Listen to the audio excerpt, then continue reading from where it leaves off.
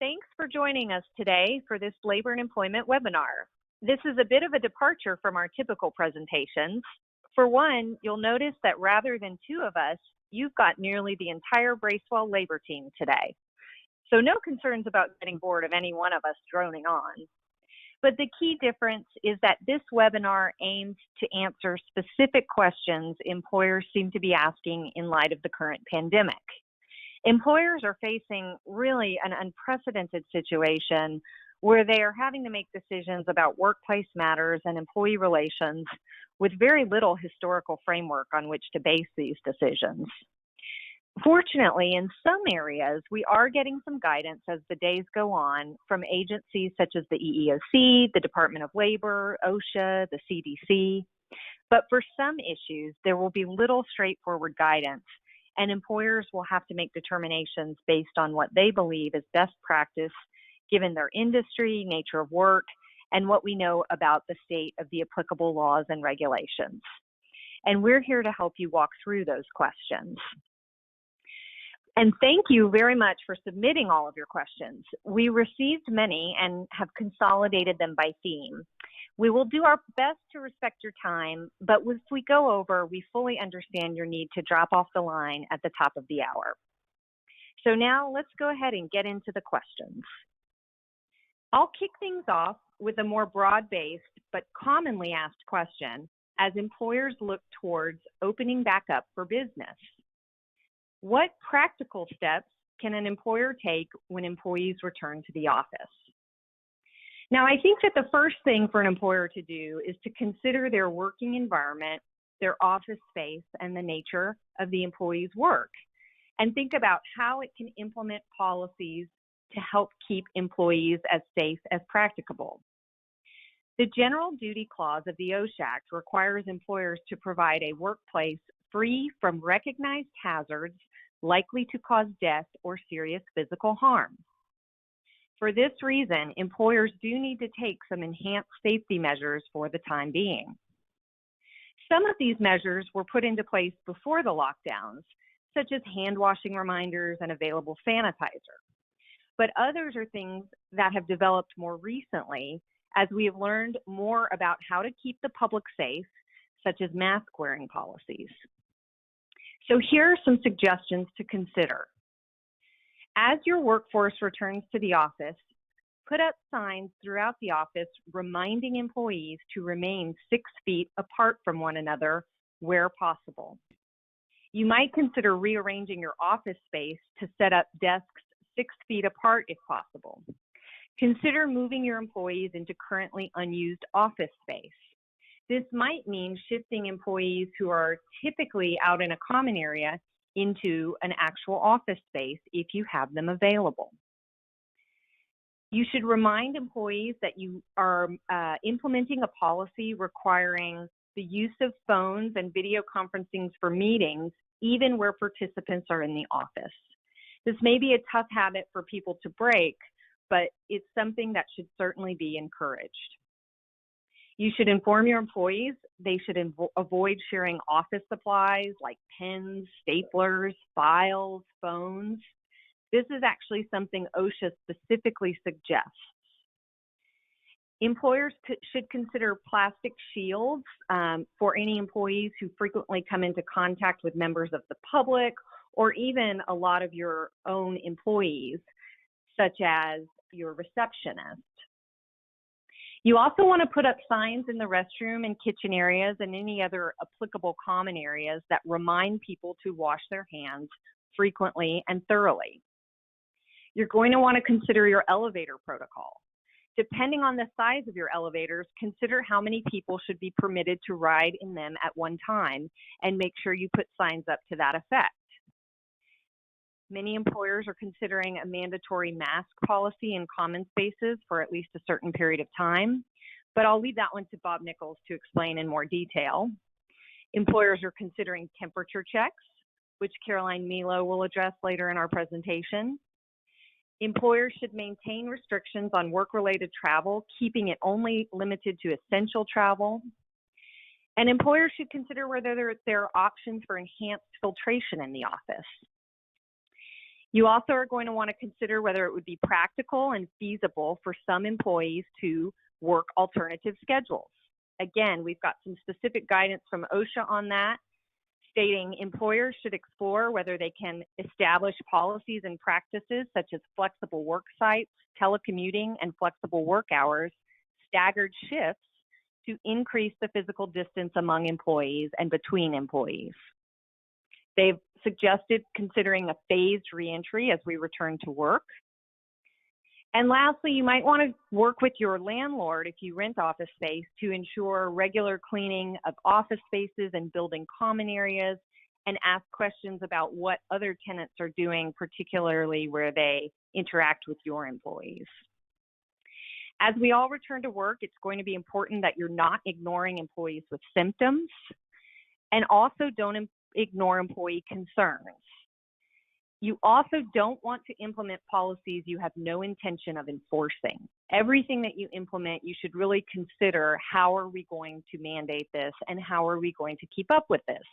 Because if you acknowledge something should be done by implementing a policy and then you fail to back it up, that could create some negligence risks.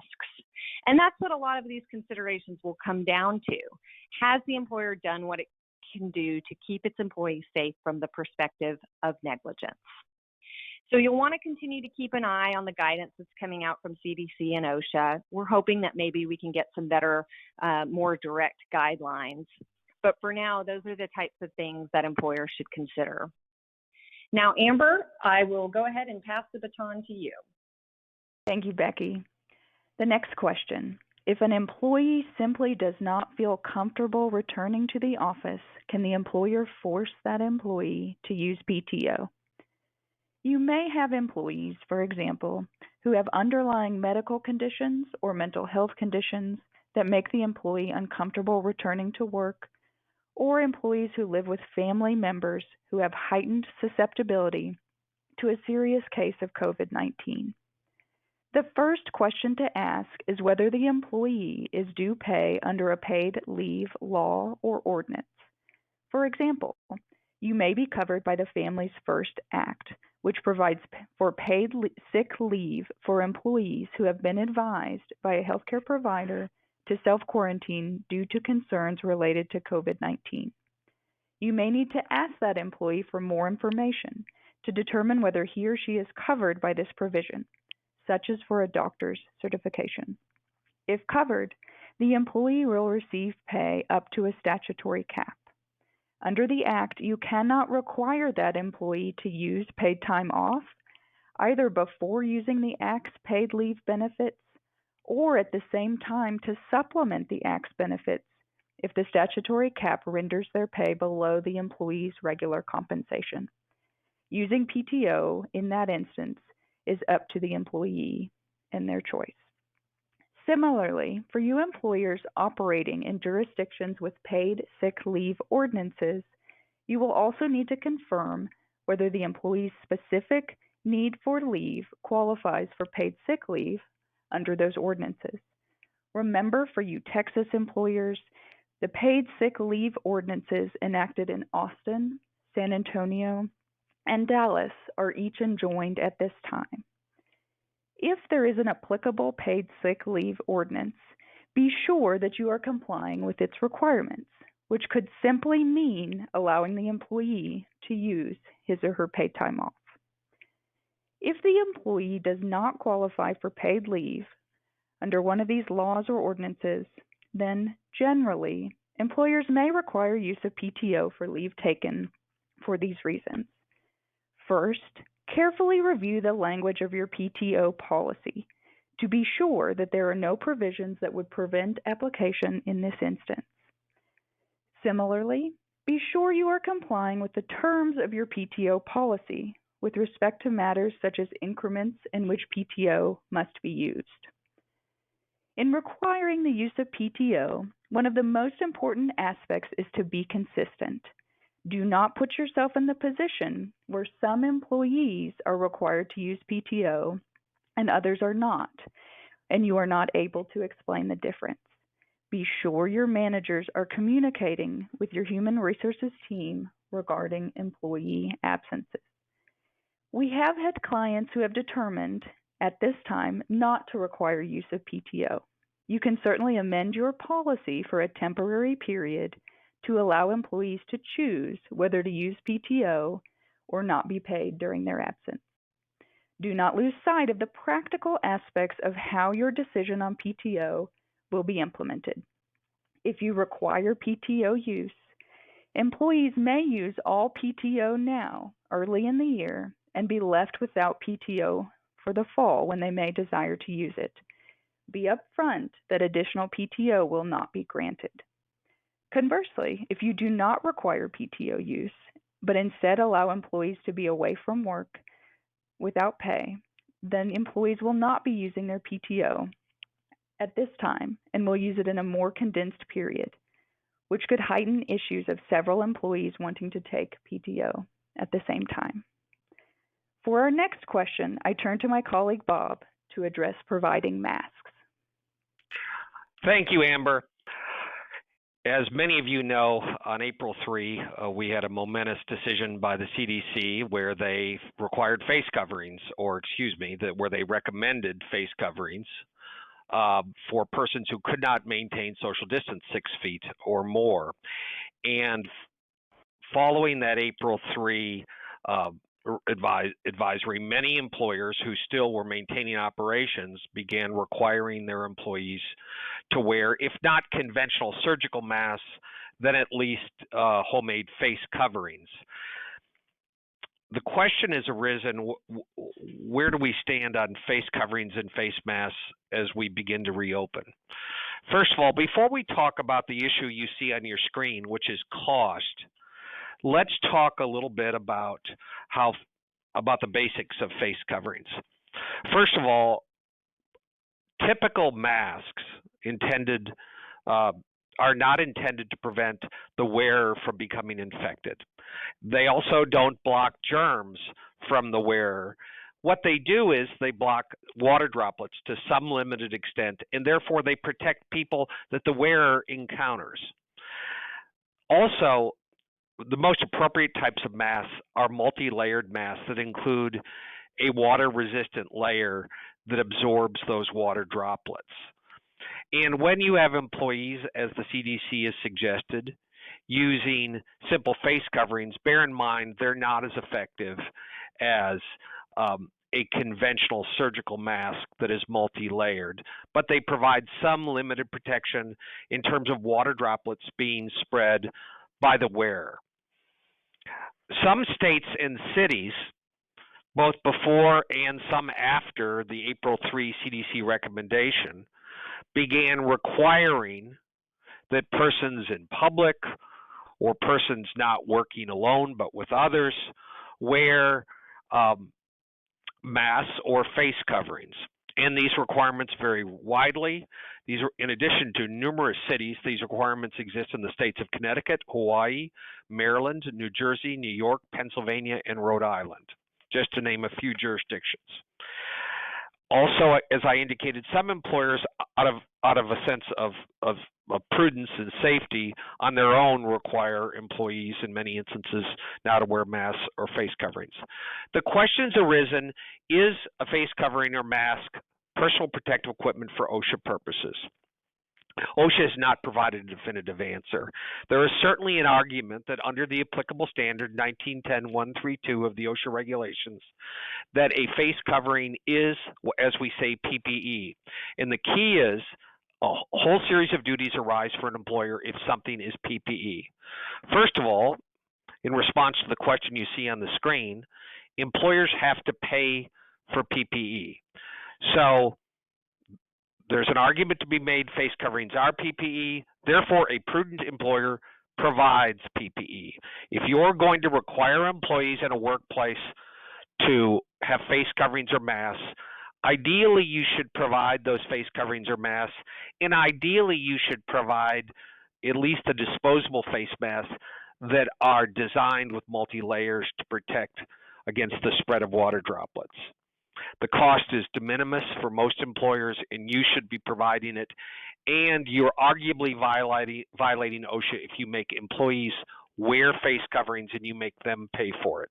If you don't require them and employees want to wear them voluntarily, they can, but you have to make it absolutely clear that it's voluntary, because if it's not, then there's a series of other duties you have to comply with. With PPE, you have to train employees on their use. You're actually supposed to do a PPE assessment before you require PPE. You're supposed to train them on cleaning and upkeep of PPE. So it's a big deal to require employees to wear face coverings because of the possibility that it might qualify as OSHA PPE. If you're going to require employees to wear a face mask, you should give them basic training on things like cleaning, not sharing face masks with other individuals, and other basic safety tips with regard to their use. I just want to close by saying I think what the standard is becoming and will become, at least for a period of time, as Becky alluded to, is employers are going to expect employees to wear face masks for the most part when they're in close proximity to other employers. I think in a lot of office settings, you're going to see employers require employees when they're away from their desks to wear masks. I'm not saying that's required. We're going to talk more about what OSHA requires later, but it certainly would appear to be prudent based upon the CDC guidance. Now, let me turn things to Amy Halevy, my partner, who's going to talk about the potential use of another vehicle to try and protect your workforce from COVID-19. Thanks, Bob. So the question is, can an employer administer a test to employees to detect the presence of COVID-19 before permitting employees to come to work? So the answer is yes. The EEOC's most recent guidance, which was issued April 23rd, makes it clear that employers may take steps to determine if employees entering the workplace have COVID-19. And one way they can do this is to administer a COVID-19 test. So why is this okay? Because an individual with the virus poses a direct threat to the health of others. Therefore, it does not violate the Americans with Disabilities Act for employers to require that all current employees take a COVID-19 test. That mandatory medical test of employees will be considered job-related and consistent with business necessity, which we know is the key. The EEOC cautions employers, though, that they should ensure that the tests are accurate and reliable. The EEOC notes that employers may want to review guidance from the FDA on what is considered safe and accurate testing, as well as guidance from the CDC or other public health authorities. The EEOC points out in this guidance, and I think this is a particularly important point to remember, that accurate testing only reveals if the virus is currently present. A negative test does not mean the employee will not get the virus at some later date. Testing results obviously must be kept confidential as medical records, and testing certainly does not take the place of other measures like social distancing, regular hand washing, and other measures to prevent the transmission of COVID-19, really the measures that Becky just mentioned. But if you as an employer are considering implementing COVID-19 testing, you really should keep in mind that all you are accomplishing is a determination that the employee on that day doesn't have the virus. I don't want to minimize this. That is something to provide to employees some peace of mind that they're entering the workplace on that day, and they know that they don't have it, they know that others don't. But I think it is important to recognize that you're not doing anything to determine whether or not somebody has it sometime down the future, which begs the interesting question for employers. If they do initiate testing, COVID-19 testing, under what circumstances and how often do they test the employees again? That is, I guess, unless they're going to implement daily testing. But the other question asked was whether antibody testing is allowed. First, let's keep in mind the idea behind antibody testing is that antibodies that are developed by the body in response to the virus may provide potential immunity against future infection. However, the World Health Organization reported on April 24th, so very recently, that while some governments have suggested that the detection of antibodies to the virus that causes COVID-19 could serve as, and this is their words, immunity passport that would enable individuals to return to work and assume that they are protected against future infection. Again, this is a quote: there is currently no evidence that people who have recovered from COVID-19 and have antibodies are protected from a second infection. Frankly, something fairly scary. But nevertheless, there's been a lot published recently on antibody testing because it would provide more certainty for employers, certainly more certainty than COVID-19 testing. I think that if there is a reliable antibody test that establishes immunity, I think the EOC will determine, assuming we're still in that pandemic stage, that employers can perform antibody testing, but we'll just have to wait and see. All right, Victoria, do you want to address an immigration issue? Yeah, thank you, Amy. So the question that was posed to me was whether employers with H-1B workers face any special issues as a result of COVID-19. And the short answer is yes. In fact, too many within the time frame that's been allotted to me to be able to address fully. So I think I'm going to address two of the issues that seem to come up most often.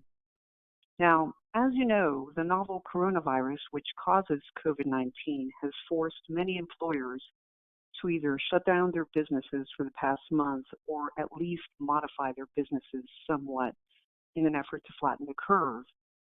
And for example, a lot of the employers have had their employees work from home to encourage social distancing and comply with various state and citywide shelter-in-place orders.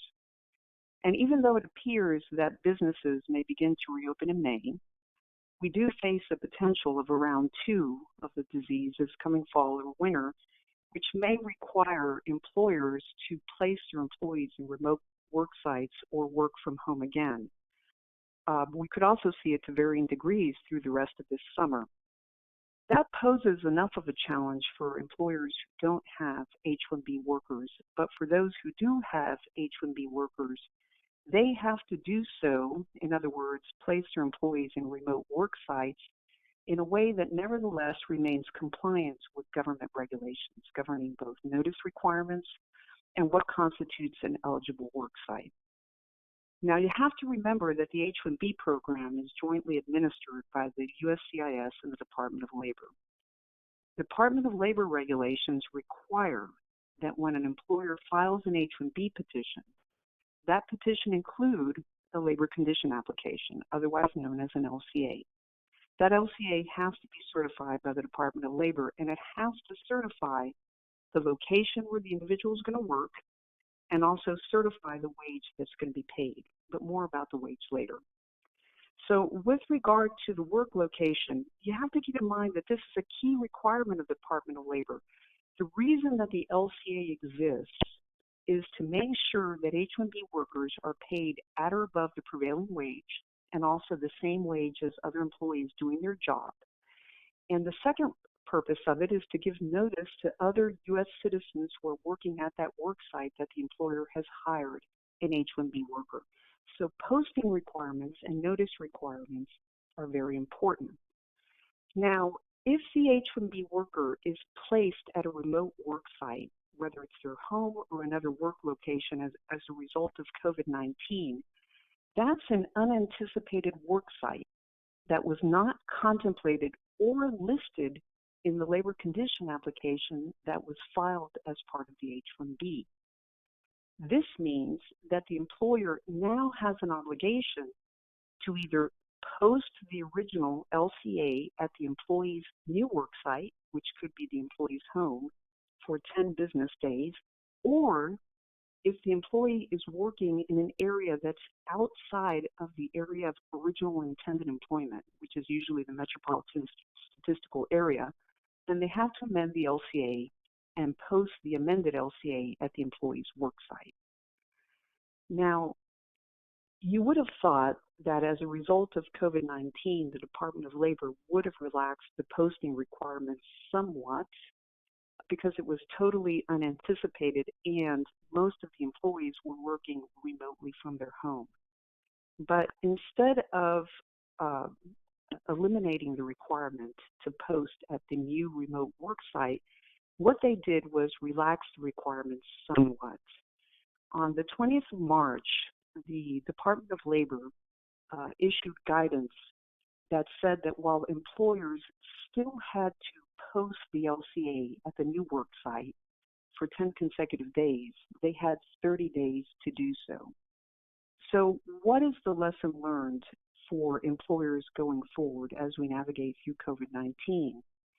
The lesson is that if you continue to have your H-1B workers working remotely, either part-time or full-time throughout the summer or throughout the fall or the winter, if there's a resurgence in the disease, then you have to be careful to take the original LCA and post it at the employee's home for 10 consecutive business days. If you don't post it at the employee's home, then you have to post it electronically on your internal websites in the company. The other question that has arisen is whether an H-1B worker can be furloughed. A lot of employers are seeing their businesses have a drastic reduction in their workload, and they're furloughing a lot of employees. Some of them could be H-1B workers. Well, the answer is yes, they can furlough those workers, but you're still going to have to pay them their wages. See, when the employer files a labor condition application as part of the H-1B process, the employer attests that it's going to pay the H-1B worker the higher of either the actual wage paid to other employees in that particular job or the prevailing wage for the area. The employer has to pay this wage for the duration of the H-1B visa, even if the employees are furloughed and, even if they're put on indefinite unpaid leave. Unpaid leave is not an option. A reduction of wages is not an option. If you have filed an H-1B with the USCIS that says that you're going to pay an H-1B worker wage for a 3-year term, then that's what you have to do. So your options in that case, if you absolutely have no work for them to perform, is either to file an amended visa to get them a part-time approval, or terminate their employment altogether, which in turn gives rise to other obligations on the part of the employer.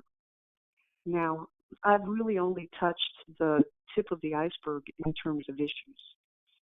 Other issues that arise is the effect that a reduction in force might have on future filings of green cards. Again, too detailed, too much information for me to discuss in the time that's been allotted. But these are some of the issues. Anyway, I think it's my turn now, though, to pass the baton to Caroline Melo, who's going to discuss temperature. Thanks, Victoria. So the next question we'll be looking at is, should an employer conduct temperature checks? And if so, what should they do with the results? So with fevers being such a common symptom of COVID-19, many employers are considering now whether to conduct temperature checks of their employees, their contractors, or really any visitors before entering their workplace. Generally, measuring an employee's temperature is a medical examination. So under the Americans with Disabilities Act or the ADA, a mandatory medical test of an employee may only be conducted if it is, quote unquote, job related and consistent with business necessity. However, because the CDC and other state and local health authorities have acknowledged the community spread of COVID-19 and have issued other precautions, current EEOC guidance does provide that employers may measure an employee's body temperature. The next question becomes, though, should the employer do it? If an employer chooses to conduct such a test, the employer must remember that not all individuals with COVID-19 actually have a fever.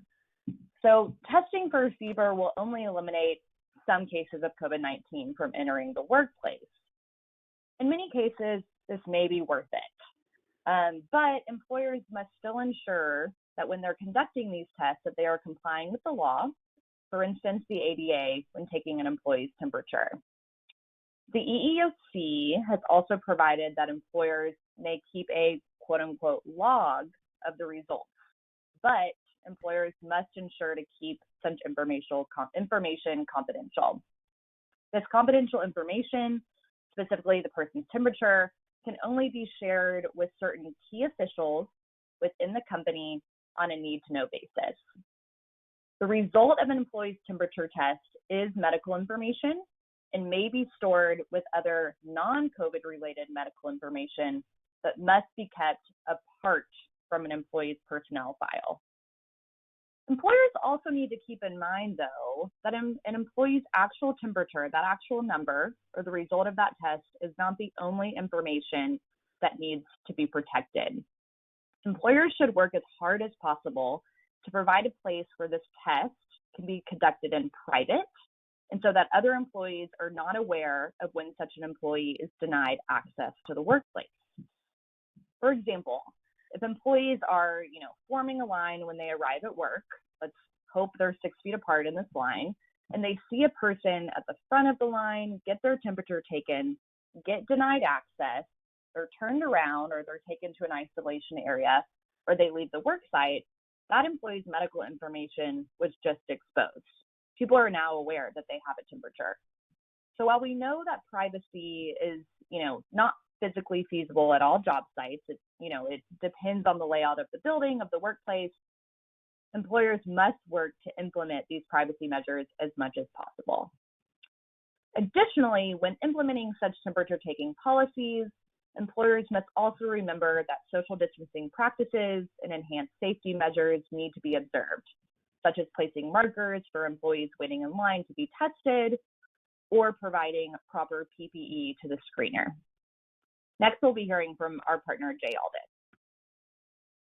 Thanks so much, Caroline. I've been tasked with first answering the question, what are the top 3 to 5 actions that companies should take now to mitigate legal risks as employees start returning to the job? We're all acutely aware of the challenges that the COVID virus have forced us to face. Somewhat interestingly, I am actually participating today by sitting in my truck in the driveway in front of my home because I have 2 of my daughters in the house, one of whom had her sophomore year of college cut short, and she's actually taking an exam, and I didn't want to interrupt that. And my other daughter is in another room where I could have sat quietly and done this, but she, upon returning from a trip where she came through the Atlanta airport, was instructed by the Texas Department of Public Safety that she had to self-quarantine for 14 days. So I'm sitting in the only place that I knew would be quiet, and that's here in my truck. Participating in the return of our employees, hopefully very quickly, to our workforces poses, I think, 3 primary risks. The 3 areas in which employers have the greatest risk of claims, I think, are first, discrimination claims.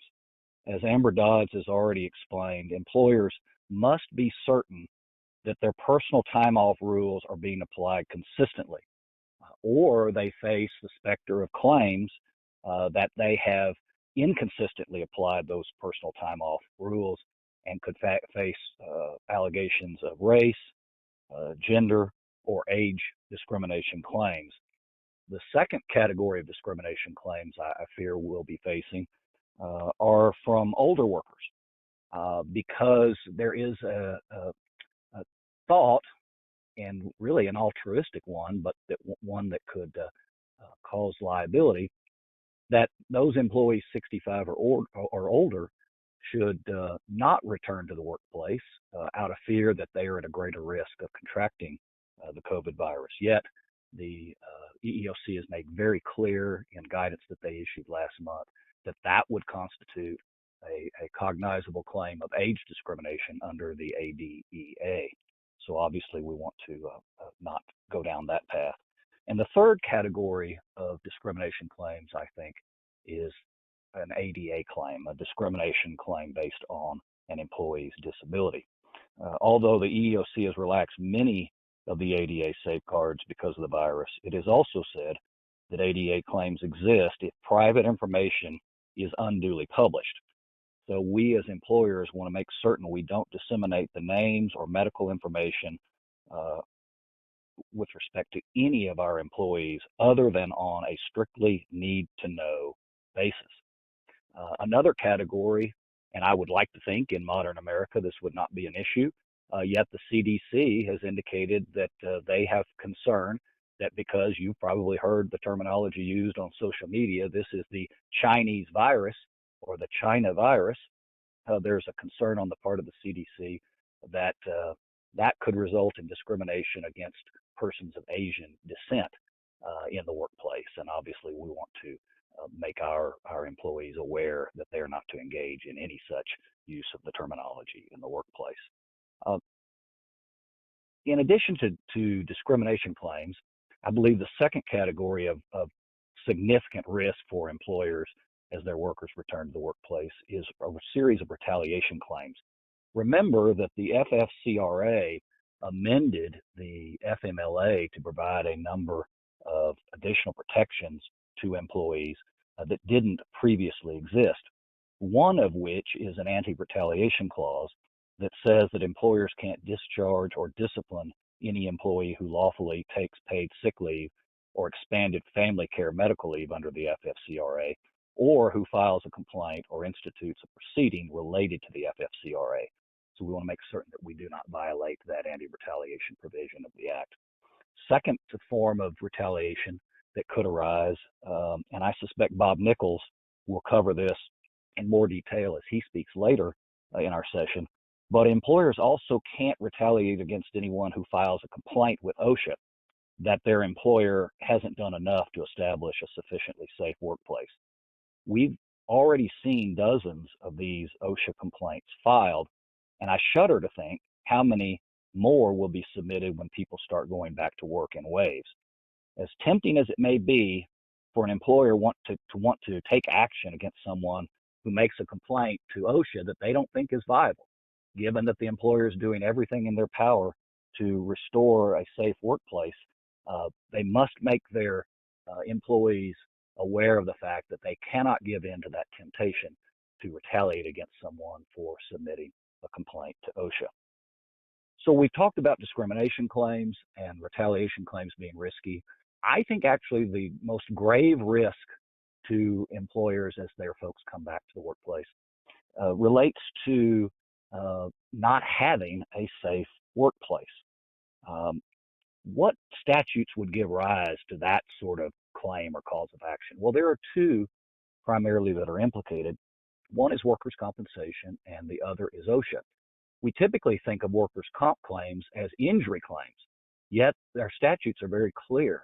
That workers' comp pertains to injuries or illnesses that occur in the course and scope of employment. And so if someone suffered an illness, particularly COVID virus, as a result of the failure of the employer to maintain a safe work environment, that could be a cause of action under workers' comp. Now, the employee would not be able to bring that claim individually because their exclusive remedy that would prohibit a negligence claim would be the workers' comp statute.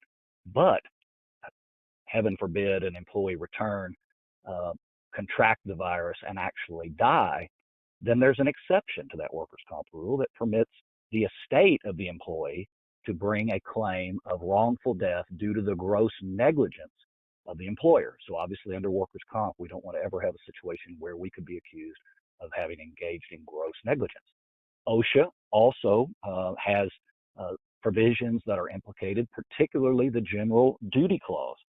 And that's going to be discussed at length today as well, I'm sure, because the OSHA is implicated throughout this COVID debate. But the general duty clause essentially says we have to provide our employees a safe place in which to work. I'm always on the other side of these governmental agencies when it comes to OSHA claims, workers' comp claims. I'm always on the employer side of the debate.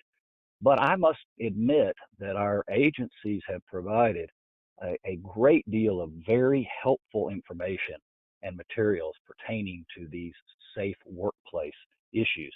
In particular, OSHA has issued its 35-page, what it calls, Guidance on Preparing Workplaces for COVID-19. And I want to emphasize that OSHA says at the very beginning of its guidance that there are steps all employers can take to reduce workers' risk of exposure. Given that OSHA believes this is applicable to all employees, I highly recommend each of you review the guidance and, where feasible, roll out its recommendations. I won't belabor any of the guidance that Becky Baker has already addressed so well, but I do want to emphasize a few items in the OSHA guidance that have not been circulated as widely in the media. OSHA divides its guidance into 5 categories, each of which contain suggested steps for employers. And those include promoting hand washing by providing everyone in the workplace, including visitors, a place to wash their hands, and providing alcohol-based hand rub materials in conspicuous places. The guidance also says to provide everyone tissues and receptacles for the tissues, provide no-touch trash cans, provide disposable towels to clean work surfaces, implement heightened housekeeping practices which use EPA-approved disinfectants, encourage employees to self-monitor and require them to report when they are sick or experiencing COVID symptoms. If someone exhibits symptoms, the guidance says to immediately isolate them until they can be removed. The guidance encourages sick employees to stay home.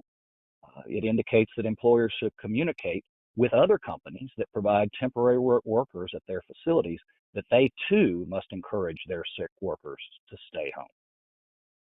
Employers should develop flexible policies that permit employees to stay home to take care of sick family members. And where feasible, and OSHA recognizes that this is not going to be applicable in all workplaces, but where feasible, the guidance says that employers should try to do each of the following. They should install high-efficiency air filters, increase ventilation rates in work areas, install physical barriers such as clear plastic sneeze guards, replace face-to-face meetings with virtual communications, discontinue non-essential travel, provide workers with up-to-date education and training on risk factors, and finally, train workers on how to wear protective equipment. If these measures are implemented in your workplace, employees or their estates, as the case may be, are going to, I believe, have an extremely tough time showing that you were either grossly negligent under the workers' comp laws or that you failed to provide a safe workplace in violation of OSHA. Now, let me send it over to Selig Byrd, who will address the question of what are the wage and hour implications of reducing the hours or salaries of exempt employees as a result of the pandemic. As we experience the daily dynamic challenges arising from the pandemic and implement business models to address these challenges, whether working from home, furloughs, reduced hours, alternating schedules, and reductions in pay, we find that our clients quickly focus on the non-exempt employee and such issues as best practices on recording time from work, payment of on-call time, and of course, the regular rate issue. But some of our clients may be overlooking the issues affecting exempt employees when implementing these critical measures for the future of our business. Let's talk actual questions and answers. And let's assume for our purposes that the exempt employee currently earns $1,000 a week. First, let's keep in mind a few fundamental principles of the FLSA rules on exempt employees. And as we go through these examples, again, go back to the rules we're going to talk about. An exempt employee's predetermined salary, and it is now must be at least $684 per week or more, may not be reduced based upon the quantity or quality of work. And I want to emphasize right now the quantity of work. But if an employee does not work an entire work week, this is rule number 2, the employee need not be paid. I'll say that again. If the exempt employee does not work an entire work week, the employee need not be paid. 3, an exempt employee may not be paid on a daily rate basis. Yes, some circuits in the Northeast allow a daily rate under certain circumstances, but the majority, including the Fifth Circuit, do not. So keep in mind, an employee, we're going to go with the rule, an employee may not be paid on a daily basis. Now to the examples. Can you reduce the exempt employee's salary on a temporary basis? Yes, provided, don't forget about the 684-week threshold. What you cannot do is to vary the salary every several weeks depending upon market and business conditions. Remember the rule, salary may not be reduced by quality and importantly, quantity of work. Another question that we've received from clients, can you change to a 4-day work week, closing the business on Friday? And if so, may you require the exempt employee to use PTO for the 5th day? Sure, an employer may always change a work schedule, but we need to be careful with the exempt employees. You may require the employee to use the PTO for the 5th day. As long as the employee receives $1,000 per week in our example, it makes no difference that the employee had to use his or her PTO to make up the difference. Again, you may require the exempt employee to use PTO. Okay, now you're asking, but what happens if the employee runs out of PTO? Now may an employer deduct for the 5th day? No, you may not deduct when the absence is a result of the employer's decision not to provide work. Remember, it was the business who made the decision to close the 5th day. The business did not provide sufficient work, and the absence is caused by the insufficiency of work, even a full day absence, because I know you all know the full day absence rules as it relates to personal and sick days. But again, this is different. This is novel. Let me illustrate the point by changing the question a bit. Can you change to a 4-day work week and inform exempt employees that their salary will be reduced by 20%, $800 per week? Be careful. What does this look like? It looks like we're paying a daily rate. Remember the rule. Do not pay an exempt employee a daily rate, or I'll add, pay him or her in a manner that looks like a daily rate. Avoid this situation by, for example, reducing the salary by, say, 15%, something other than 20%, which happens to be a day, or a round number such as $225 per week, something other than, in this case, the $200, which happens to be 1 day. Another question, can you reduce the employee's salary by 20% without a specific change in schedule? Again, if that's the magic number, the 20%, sure, you may do that, and provided, again, that you're meeting that 684-week minimum threshold. And you can communicate that in this particular example, because again, it was just a reduction in salary. You didn't say anything about a equivalent reduction in hours or work.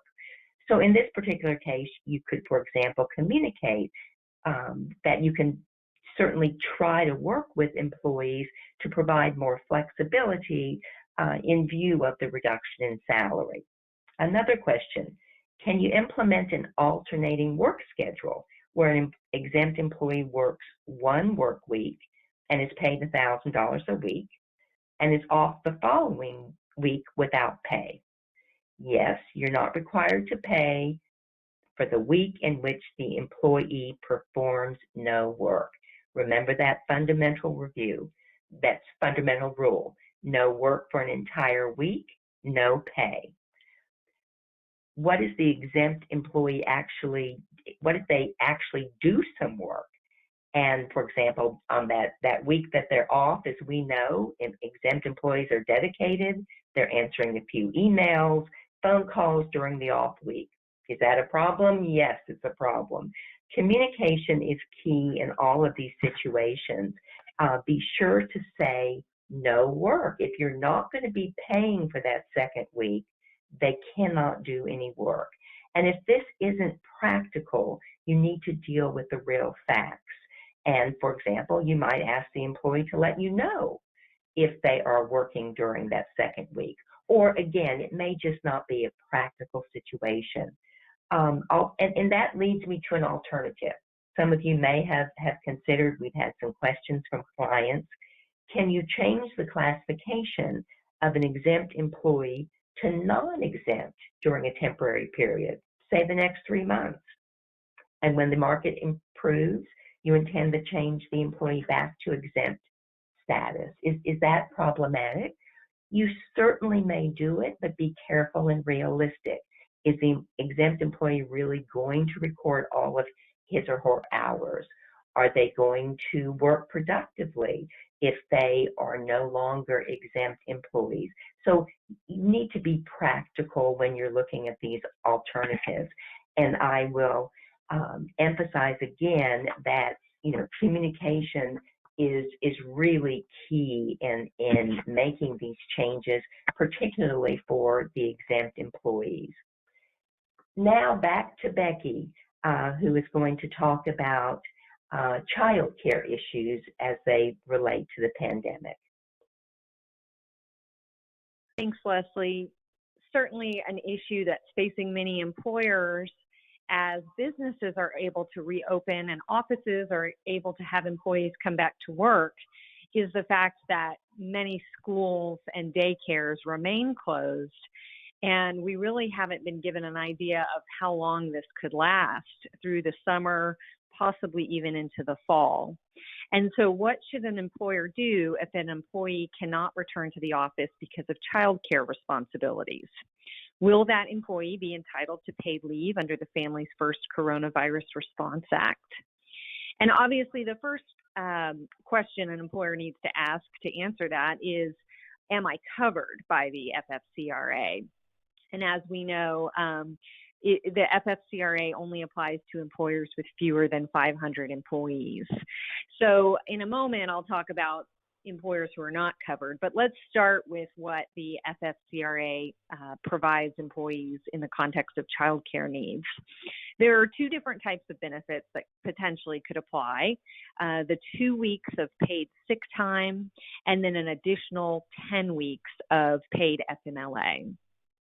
Now, for many of these employees, they may have exhausted some of these benefits already during the past several weeks. But what we found is because many people were able to work remotely, they might not yet have tapped into these benefits. And so as offices reopen and businesses ask employers to come back to work, they may start getting this question and this issue more frequently.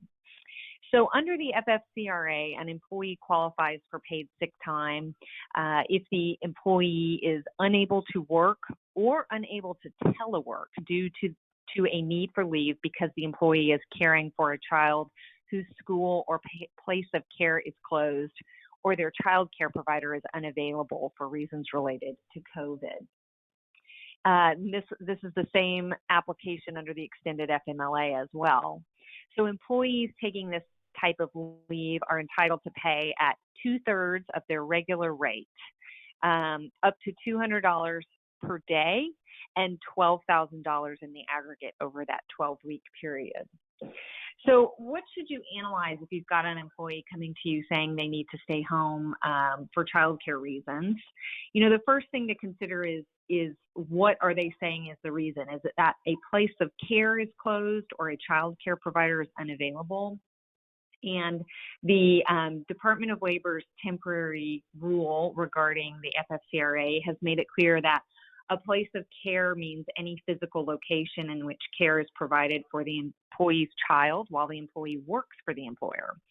And that physical location doesn't have to be solely dedicated to that type of care. So, a YMCA that has a gym, but also a daycare facility, that certainly counts.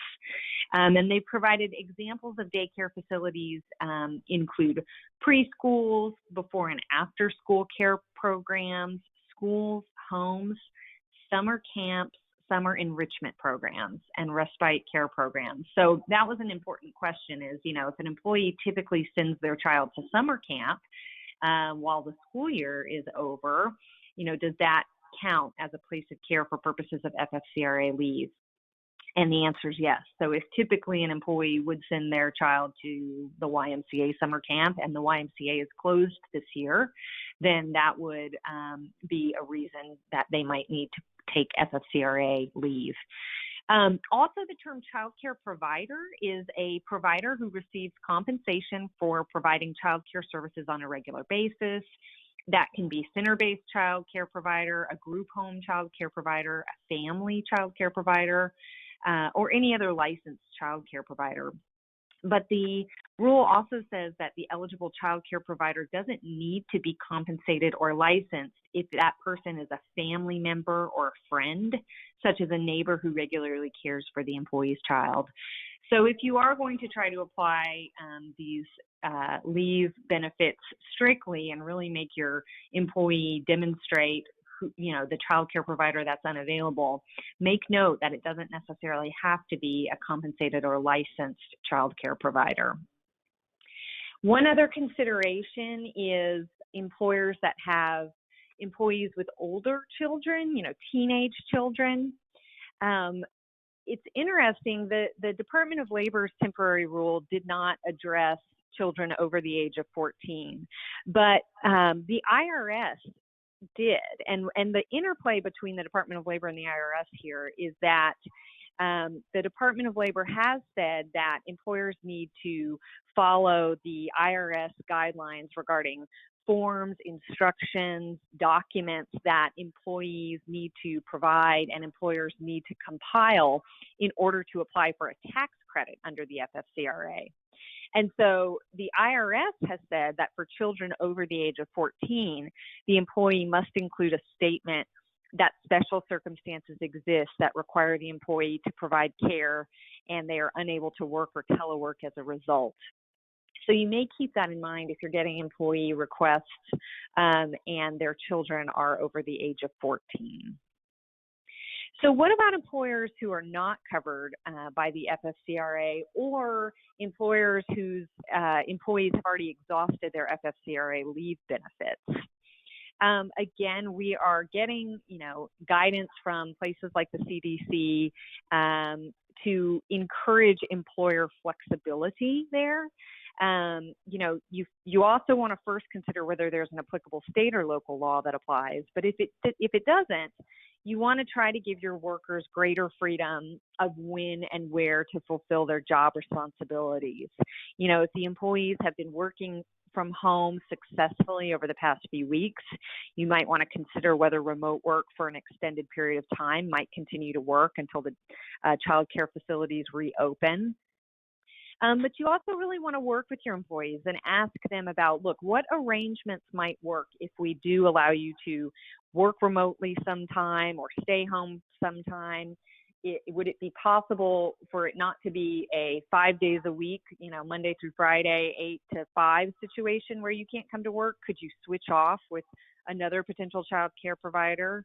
And really just sit down with them and talk about what their need is and what might work within the demands of your business. But one thing to keep in mind is ensure that none of your actions are creating a basis for some type of discrimination claim, particularly a sex discrimination claim. Employers want to be careful. They're not assuming that their female employees are the ones that need to stay home and that their male employees don't. You shouldn't make it harder for a male employee to request the time off. You shouldn't require documentation from them that you don't require from the opposite sex, things of that nature. So you want to consider what type of questions you want to pose to employees who are requesting an accommodation for childcare situations, and then what type of documentation you're going to require back from them, and keep it consistent across all employees. All right, now I'll turn things back over to Jay. Thank you, Becky. We've heard a great deal about what governmental agencies have said we can do in response to the virus. But what have the agencies told us we can't do? Let's start that over. Thank you, Becky. We've heard a great deal about what governmental agencies have said we can do in response to the virus. But what have the agencies told us we can't do? As Caroline Melo mentioned a while ago, there are a number of things employers were not permitted to do pre-COVID that are now perfectly acceptable according to government agencies. For instance, can you imagine before the virus requiring every one of your employees to have their temperatures taken before being able to enter the building? That would, of course, have presumably violated the ADA pre-COVID. But even with the additional liberty employers seem to be granted by these agencies, they are still saying no to a number of things employers may be tempted to do in this unprecedented environment. I want to concentrate on those cautions issued by three agencies, the EEOC, the Department of Labor, and OSHA. First, as to EEOC. The EEOC has issued a number of guidance items in the last month, all of which I think are very helpful for us to be aware of. While employers can ask employees why they refuse to have their temperature taken, their answers cannot widely be spread to persons in the workplace, nor can their personal medical information be distributed widely throughout the workplace, because those instances would violate the ADA. The EEOC also says if employees can telework effectively, employers cannot ask questions regarding whether the employee can physically come into the workplace, because they wouldn't be required to physically interact with other employees as a result of their teleworking. Further, the EEOC has told us that if an employer observes an employee with a persistent cough or other COVID symptoms, the employer can ask them about those symptoms and whether they've been to a doctor. But the employer can't ask those questions of an employee who only seems distracted at work. Employees who have COVID-19 or symptoms associated with it can be asked a whole host of questions by a designated representative, so other employees can be notified that someone has or may have the virus. But the employer can't disclose the employee's name. Similarly, if someone is teleworking because they have symptoms, the employer can tell coworkers the person is doing so. They are teleworking, but cannot tell the coworkers why the person is teleworking. Also, while employers may be concerned that saying only something along the lines of someone at a location or someone on the fourth floor has the virus, because the employer believes that's too general and does not give specific enough notice to adequately protect coworkers, the EEOC has dictated that the employer still cannot identify the person by name who actually has the virus. Furthermore, the EEOC has indicated that employers cannot exclude workers who are 65 or older from the workplace solely because the CDC has identified that group as being at higher risk of severe illness if they contract COVID-19. The DOL has also been involved in telling employers, even in this sort of a Wild West style of employer response to COVID-related issues, that they are not permitted to do certain things. For instance, recall that the FFCRA provides a number of employee rights that didn't previously exist under the FMLA. The DOL has taken upon itself in putting in its poster, which each of you, I trust, have placed in a conspicuous location at each of your workplaces. The DOL has, even though it has limited space on the poster, highlighted the fact that there is the anti-retaliation provision that I shared with you earlier, in which employers cannot discharge, discipline, or otherwise discriminate against employees who lawfully take paid sick leave or expanded family leave, or they file a complaint, or they institute a proceeding related to the FFCRA. Finally, OSHA has indicated a number of instances where employers are prohibited from engaging in certain activity.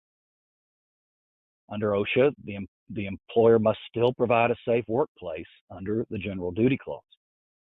They also cannot retaliate. OSHA states that employers cannot fire or take any type of adverse action against an employee who reports work-related safety issues or injuries or institutes proceedings under the Act. And very recently, in fact, on April 27th, OSHA said that depending upon the type of workplace, employers may have to reconfigure the workplace to keep workers at least 6 feet apart, even if that means upending long-standing production practices. At least that's according to a joint guidance issued by both OSHA and the CDC related to precautions that the agencies feel food processors should take to protect workers in the meat packing plants. I encourage each of you to review that joint guidance to see if indeed you might ultimately have to maintain a 6-foot distance between work stations at your place of work. I'll now turn it over to Victoria Garcia to discuss compliance with immigration. One of the questions that has come up quite frequently while employers have had their employees working at home for the past few weeks is how they can comply with the requirements imposed by the federal government for correctly filling out Form I-9 when they hire new employees. Now, if you'll remember, Form I-9 is a form that every employer is required to fill out to verify that the person that they've hired is eligible and authorized to work in the United States. The requirements are that the individual come into HR in person, sit down, fill out the top portion of the form, and then the representative from HR is supposed to examine documents that prove identity and authorization to work and complete Section 2 of the form. The question and the challenge that presented itself during the past few weeks is how employers could actually examine these documents in person, given the fact that everyone was working remotely from home. And so in an effort to address this question, on the 20th of March, the government issued some modified I-9 guidelines, which provided a little bit of relief to employers from the physical presence requirement and the requirement that they examine the documents in person. And what this guidance said was that if you're working remotely, if your company is working remotely because of the pandemic, and you have a new hire, then you can inspect the documents presented by the employee or by that new hire remotely. You can do it through a video link, through Zoom, through FaceTime, look at the documents, observe the documents, and then complete Section 2. Or in the alternative, you can have the employees email a copy of the documents to you or fax them to you for your review. Now, this is permissible while everyone is working remotely from home, as long as you comply with 3 requirements. First of all, you have to keep copies of the documents that were presented and attach them to the I-9 form, because otherwise it's optional for employers as to whether they keep the copies or not. In this case, you do. Second, when everybody does return to work, which appears is going to start happening now in May, then you are required as a representative of HR to call the individual back in and inspect the original documents in person. And then the third requirement is that if you are inspecting the I-9 documents remotely, then you have to have written confirmation of that policy with the files where you keep the I-9 records, so that if you are ever audited in the future, there is an indication or a track record as to why the documents were inspected remotely in the first instance. Now, there are a couple of additional technicalities that you have to comply with. If you actually inspect the documents remotely the first time around, then you have to mark the Section 2 box that's entitled Additional Information. You have to write in COVID-19 in that box when you inspect the documents remotely. Then when everybody returns to work and you actually inspect the documents in person, you're supposed to modify the comments in that Section 2 box to say, quote, documents physically examined, unquote, and put the date. You can do that in Section 2, or you can do that in Section 3 of the I-9 form. Now, how long can you engage in this practice? When the guidance came out on March 20th, it had a time limit or an expiration of May 19th. So at the moment, as of May 20th, every employer is supposed to inspect I-9 documentation in person. There is a chance, however, that if social distancing continues through the summer, or that if we have another wave of the pandemic in the fall and the winter, as is expected, and folks continue to work remotely from home, that the relaxation of these rules may be reinstituted.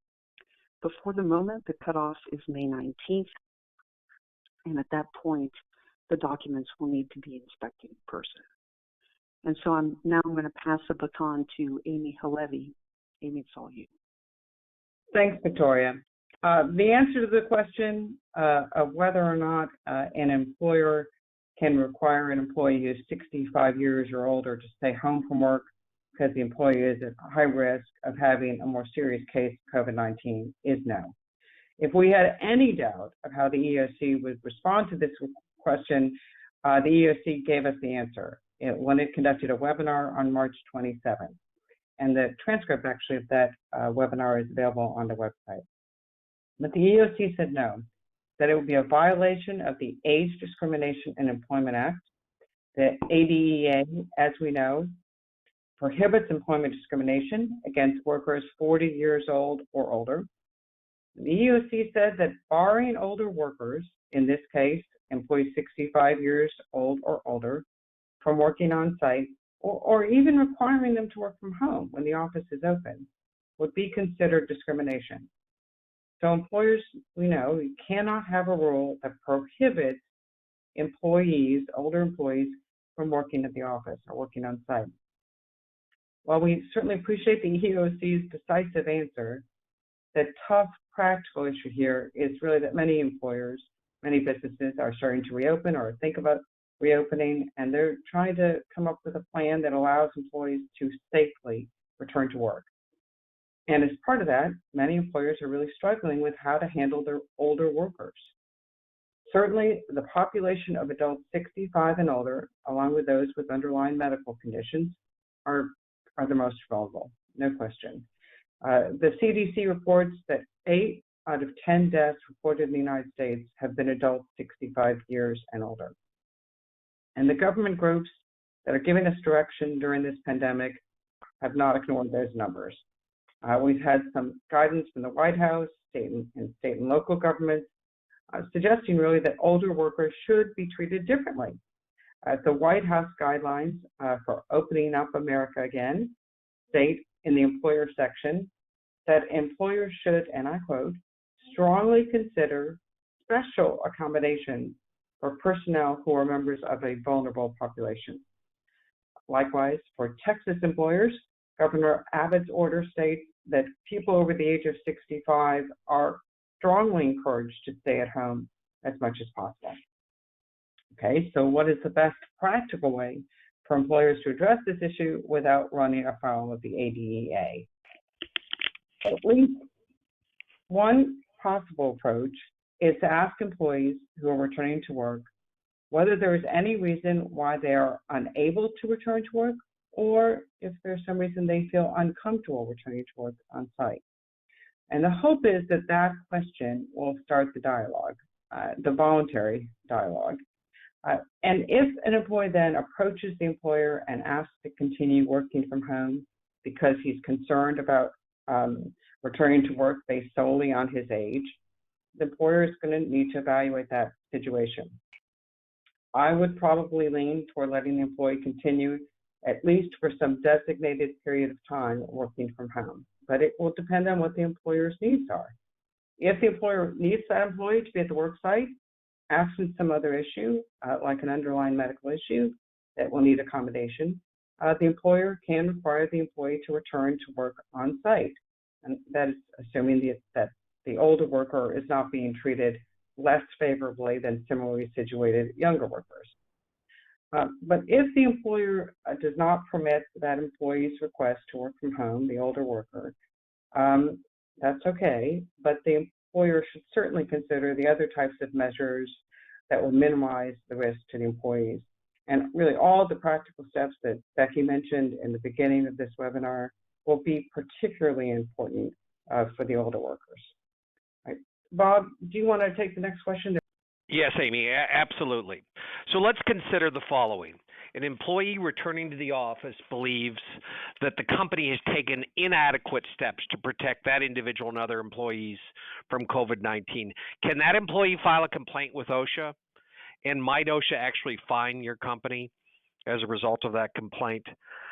Let's start with some basics. Many of you don't have to deal with OSHA record-keeping requirements in many of your establishments, for example, headquarters or other locations that are exempt from record-keeping requirements.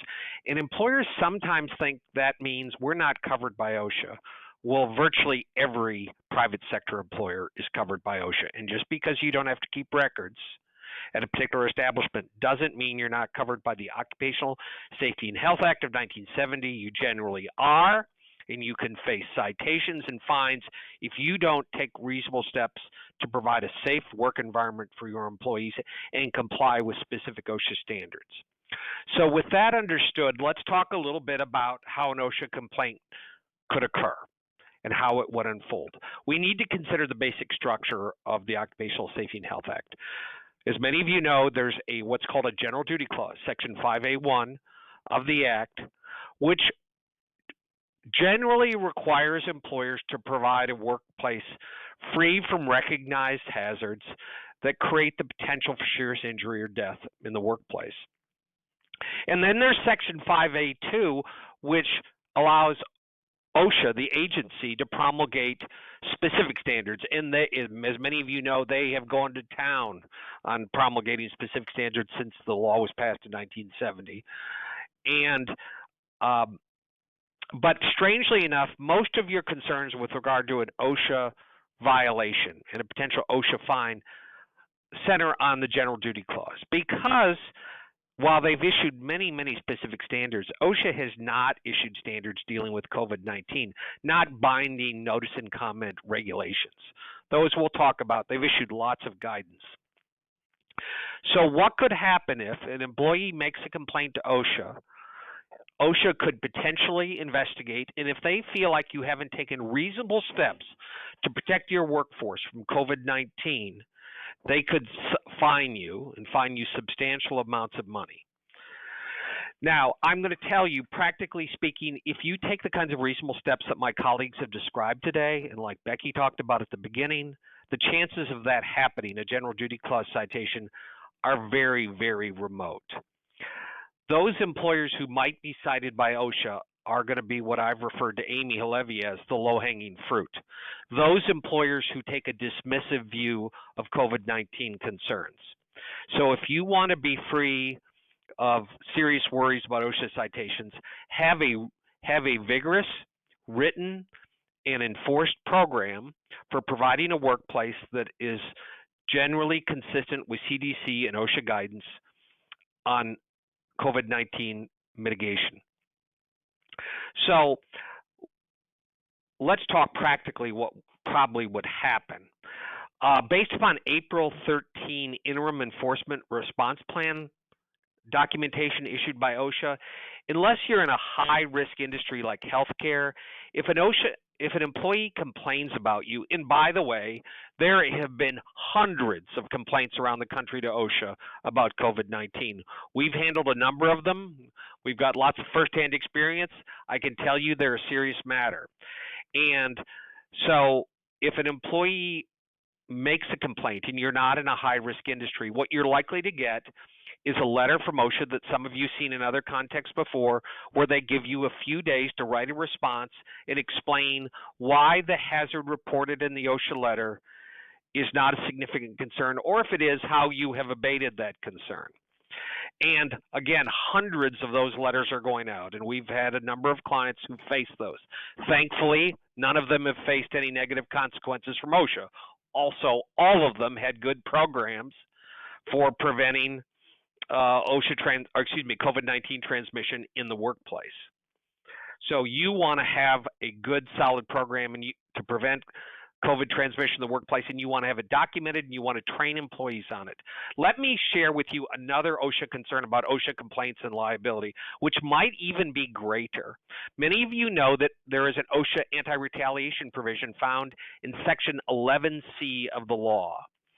If an employee is retaliated against for raising any safety concern, externally or internally, and they suffer any negative consequences, whether it be termination, whether it be less pay, whether it be harassment, whether it be any term or condition of employment, they can bring a complaint within 30 days of the adverse action, and OSHA will send out a whistleblower investigator to investigate, and if they believe there's merit, you could face a lawsuit in federal court by OSHA for retaliation and very substantial damages. So, another piece of advice, not only maintain a safe workplace, but react positively and constructively when employees raise concerns about COVID-19. We found that's really challenging for employers because you have such divergent reactions from employees to COVID-19. You have employees who are incredibly concerned, who seem unable to leave their homes for fear of COVID-19 infection. Then we face employees who are completely dismissive of this concern.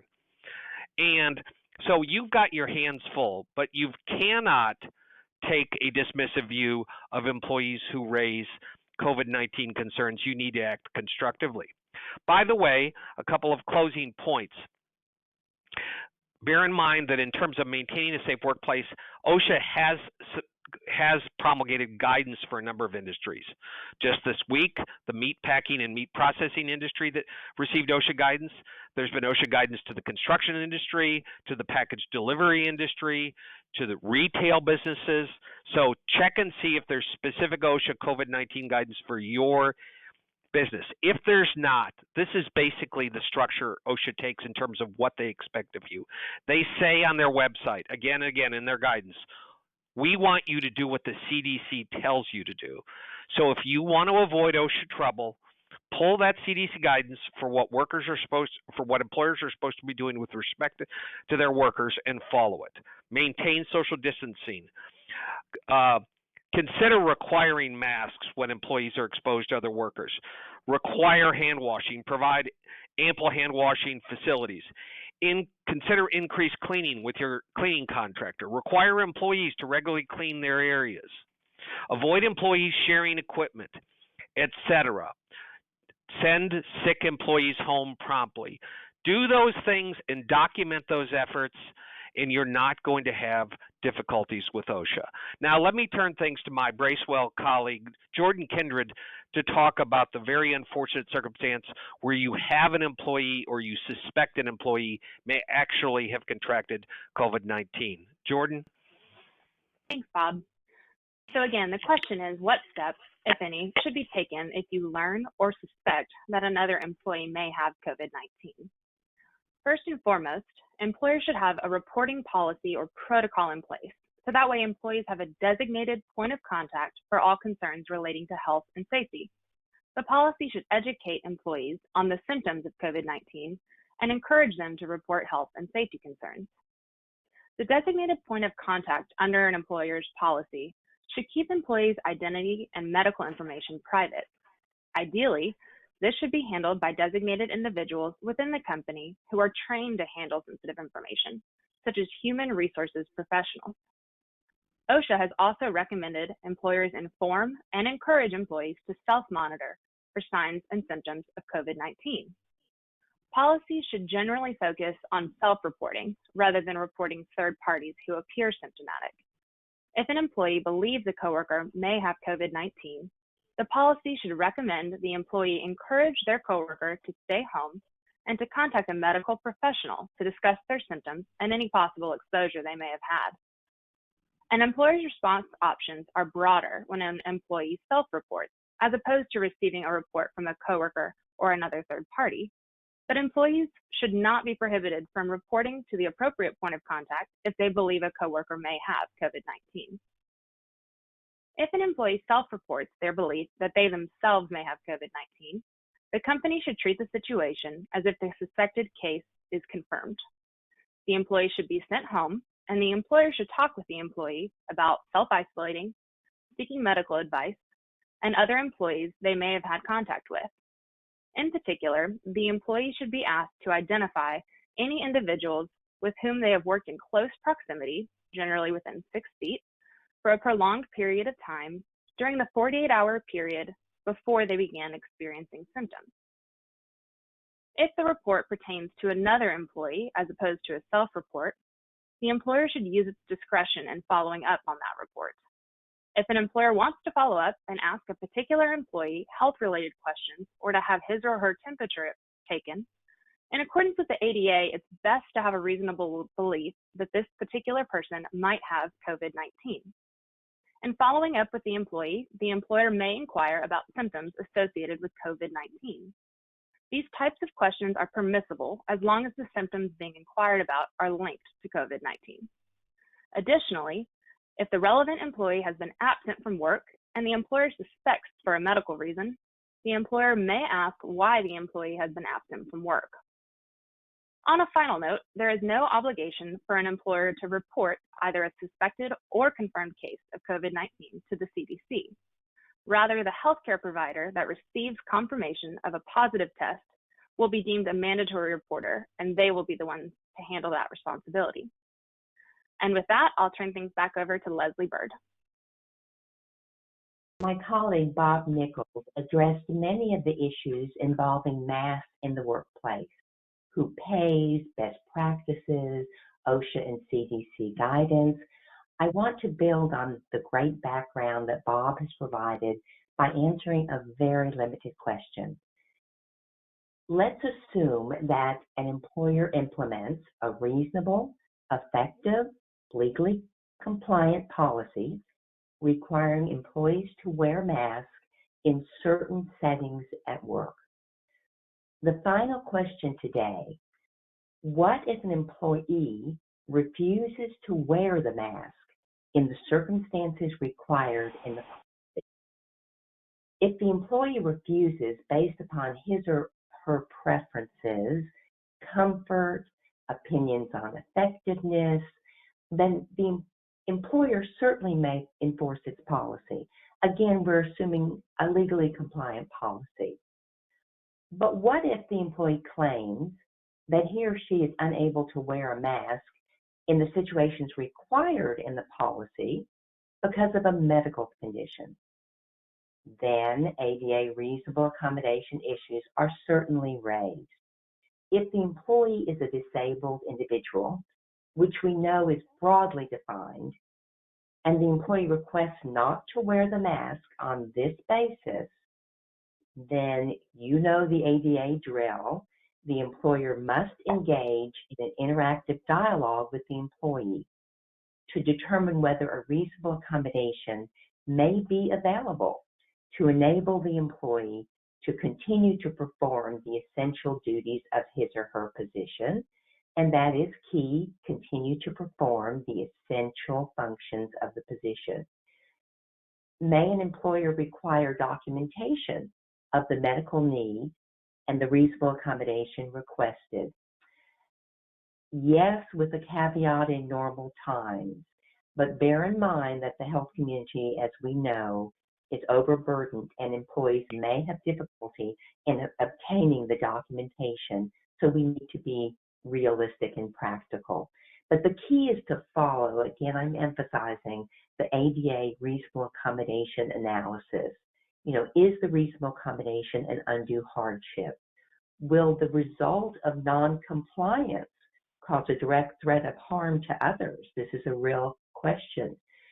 Will it not enable the employee to perform the essential function?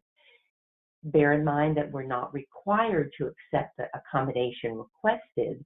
We may offer an alternative, and alternatives may range from eliminating marginal duties, if those are what are performed when the mask is required to be worn, a multitude of possibilities: work at home, leave.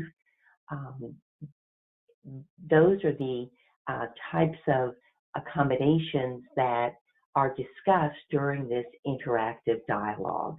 And also don't forget that it might be, what if the employee says, I can't wear a mask for religious reasons?